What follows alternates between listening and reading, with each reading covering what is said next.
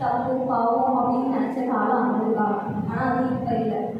இப்போ அதெல்லாம் சகஜமாக நடந்துட்டு இருக்கு. அதனால கூட ஹச்ஐவி நிறைய இடங்கள்ல வரைய முடியுது.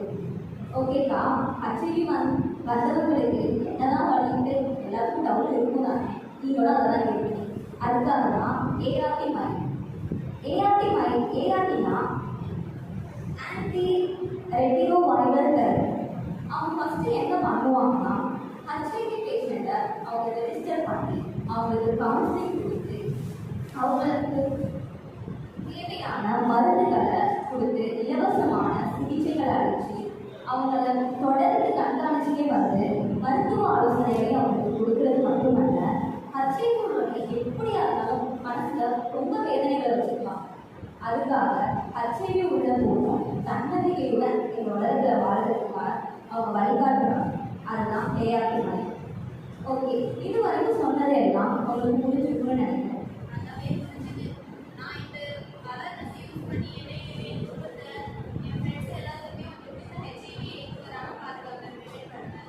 Okay, good.